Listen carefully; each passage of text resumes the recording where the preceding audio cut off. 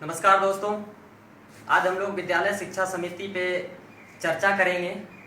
ये जानने की कोशिश करेंगे कि विद्यालय शिक्षा समिति क्या है, समिति का क्या उद्देश्य है, कैसे गठन किया जाता है, चयन की क्या प्रक्रिया है, क्या कार्य है, क्या शक्तियाँ हैं, क्या महत्व है और वर्तमान में क्या स्थिति है। उससे पहले हम ये बता दें कि हमारी एक संस्था है सरस्वती समाज सेवा समिति, जो सुदूर ग्रामीण क्षेत्र में बेहतर शिक्षा व्यवस्था कायम करने के लिए निरंतर कई वर्षों से कार्य कर रही है, कई रिसर्च भी करती है। उस दौरान हम लोगों ने ये चीज़ अध्ययन किया है कि विद्यालय में जो विद्यालय शिक्षा समिति है वो कितना महत्वपूर्ण समिति है। इसी उद्देश्य से हम ये बताने की चेष्टा कर रहे हैं कि आखिर विद्यालय शिक्षा समिति क्या है। सबसे पहले ये बता दें कि राइट टू एजुकेशन एक्ट 21/2009 के तहत ऐसा प्रोविज़न है, ऐसा प्रावधान है कि प्रत्येक राज्य सरकार के अंतर्गत जितने भी प्रारंभिक विद्यालय हैं, चाहे वो विद्यालय स्थानीय प्राधिकार द्वारा संचालित हो, स्थापित हो, उनके लिए एक विद्यालय शिक्षा समिति का गठन किया जाए। और इस विद्यालय शिक्षा समिति में आम लोगों की सहभागिता सुनिश्चित की गई है। कुल मिला के हम ये कहें कि समिति को जो रिप्रेजेंट करेंगे वो आम लोग करेंगे। सर्वे सर्वा इस समिति में आम लोगों की सहभागिता है। इसका उद्देश्य यही है कि समिति के माध्यम से विद्यालय का संपूर्ण विकास हो, विद्यालय प्रबंधन में अभिभावकों की सहभागिता हो। इससे पहले हम ये जान लें कि शिक्षा का विकास और समाज का आपस में बहुत गहरा संबंध होता है। शिक्षा के बिना हम एक मॉडर्न गांव की कल्पना नहीं कर सकते हैं, एक परिवर्तन की गुंजाइश नहीं होती है। ठीक उसी तरह शैक्षणिक गतिविधि में सामाजिक भागीदारी, आम लोगों की सहभागिता नहीं हो तो शिक्षा का विकास भी संभव नहीं है। अर्थात हम ये कह सकते हैं कि शिक्षा और समाज का आपस में बहुत गहरा संबंध है। दोनों एक दूसरे के पूरक हैं, दोनों के बिना दोनों अधूरा है। हमारे अभिभावकों को ये चाहिए कि वे अपने बच्चों के लिए समुचित साधन, व्यवस्था और एक गुणवत्तापूर्ण शिक्षा का माहौल बनाएं, व्यवस्था करें। इसके लिए उन्हें जो विद्यालय के विकास कार्य हैं, जो प्रबंधन का जिम्मा है, उन अपने बागडोर में सक्रियता से संभालते हुए अपने बच्चों को एक उचित संसाधन मुहैया कराएं। योजनाएं कितनी भी अच्छी क्यों न बन जाए, लेकिन जब तक उस योजना में वहाँ के लोग, अभिभावक सक्रिय रूप से भागीदारी नहीं करेंगे, तब तक इस योजना का जो लक्ष्य है वो साकार होता महसूस नहीं होगा। अर्थात हम ये कह सकते हैं कि विद्यालय के सर्वांगीण विकास के लिए एक संपूर्ण गुणवत्तापूर्ण शैक्षणिक माहौल का निर्माण करने के लिए ये समिति कितना महत्वपूर्ण है और आम लोगों की सहभागिता के माध्यम से किस तरह से विद्यालय का कायाकल्प किया जा सकता है। अब हम बात करते हैं समिति का गठन और चयन की क्या प्रक्रिया है। इस समिति में टोटल 17 सदस्य होते हैं। जो वार्ड सदस्य होते हैं, जिस वार्ड में ये विद्यालय अवस्थित होते हैं, उस वार्ड के वार्ड सदस्य समिति के पदेन अध्यक्ष के रूप में होते हैं। एक प्रधानाध्यापक सदस्य के तौर पे होते हैं और एक वरिष्ठ शिक्षक, वो भी इस समिति के सदस्य होते हैं। एक जरूरी बात ये हम बताना चाह रहे हैं आपको कि समिति में 50% माताओं का होना अनिवार्य है। यूँ कहें तो 50% अर्थात 9 सीट जो है वो माताओं के लिए आरक्षित है। ये माताएं वे होंगे जो 2 पिछड़ी जाति से होंगे, 2 अति पिछड़ी जाति से होंगे, अनुसूचित जाति और अनुसूचित जनजाति से 2 होंगे, 2 सामान्य जाति से होंगे और 1 माताएं जो विकलांग छात्र है, दिव्यांग, उनकी माताएं होंगी। अब हम आते हैं कि चयन की क्या प्रक्रिया है। आम सभा के माध्यम से इस समिति का गठन होता है और सदस्यों का चयन किया जाता है। प्रधानाध्यापक जो संबंधित संकुल समन्वयक हैं, उनकी सहमति से बैठक बुलाएंगे, आम सभा का आयोजन करेंगे, जिनमें बच्चों के अभिभावक जो हैं, जो नामांकित बच्चे हैं, उनके माता पिता भाग लेंगे और चुनाव प्रक्रिया को आगे बढ़ाया जाएगा। सचिव का चुनाव बहुमत के द्वारा किया जाएगा। और हम ये बता दें अब कि इसके लिए कौन कौन पात्रता एलिजिबल हैं, जो सदस्य के रूप में नामांकित हो सकते हैं या वो चयन हो सकते हैं। वैसे अभिभावक जिनके बच्चे की उपस्थिति है या वो माताएं जिनके बच्चे का जो प्रेजेंटेशन है, जो उपस्थिति है वो 50% हो, पूर्ववर्ती क्लास में उससे ज़्यादा हो, उनकी माताएं होंगी। लेकिन जो पहली क्लास के बच्चे हैं उनकी माताओं पे ये नियम लागू नहीं होता है। एक बात और है कि इस समिति में जो स्कूल के छात्र के रूप में प्रतिनिधित्व करेंगे 2 छात्र होंगे, एक होंगे बाल संसद के छात्र और एक मीना मंच की छात्रा।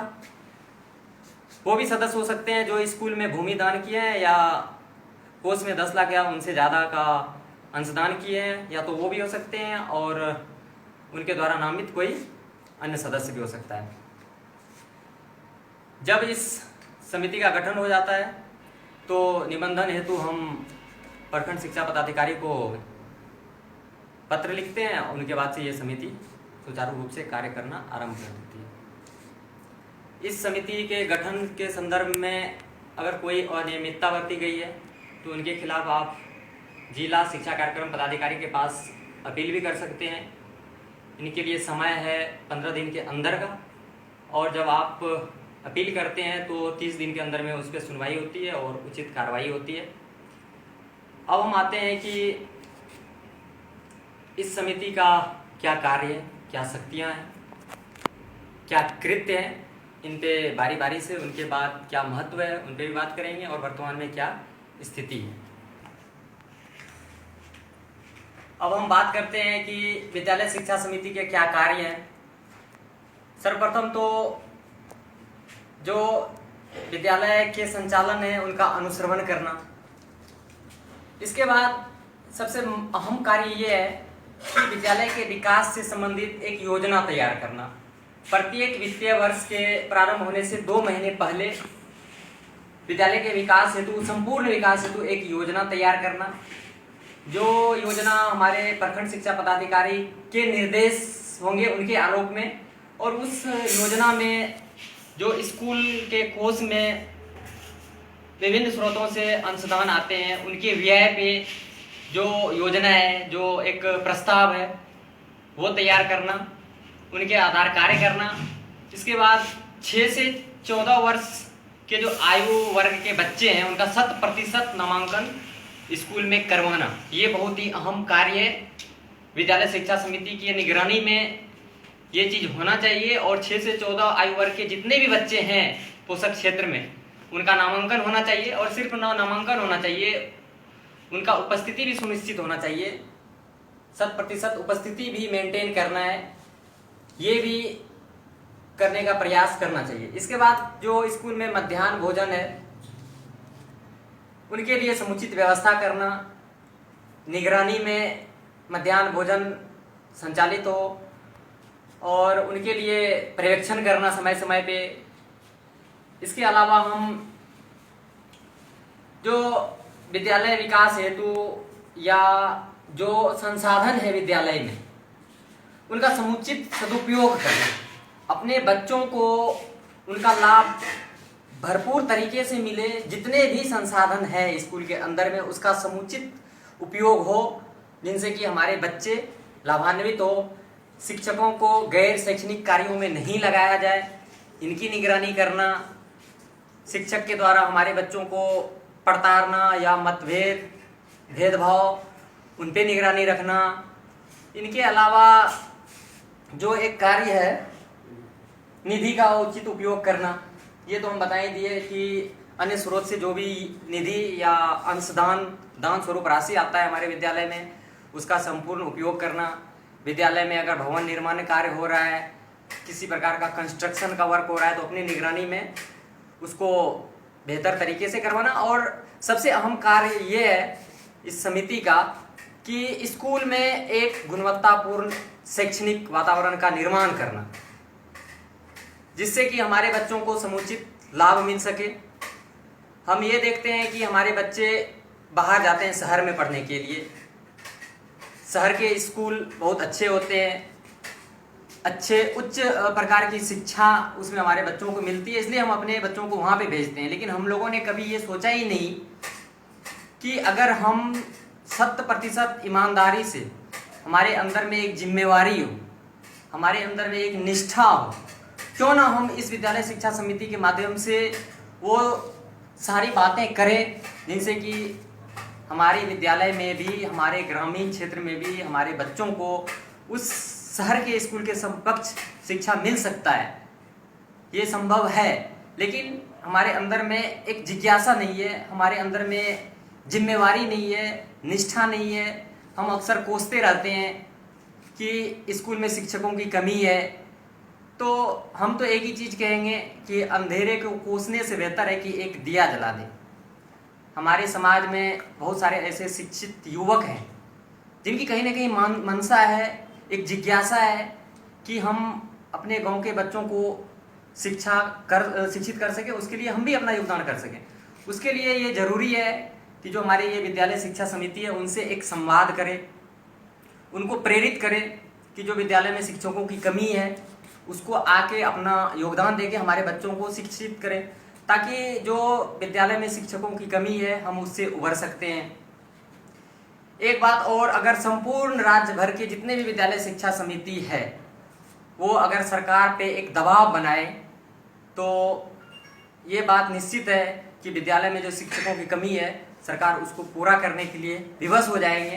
क्योंकि जो जन आकांक्षा है, जो आम लोगों का एक्सेप्टेशन है, अपेक्षा है, सरकार उसके समानांतर चलती है, और जो हमारे आम जनों की एक ज़रूरत होती है उसको पूरा करने के लिए कहीं ना कहीं वो तत्पर हो जाती है।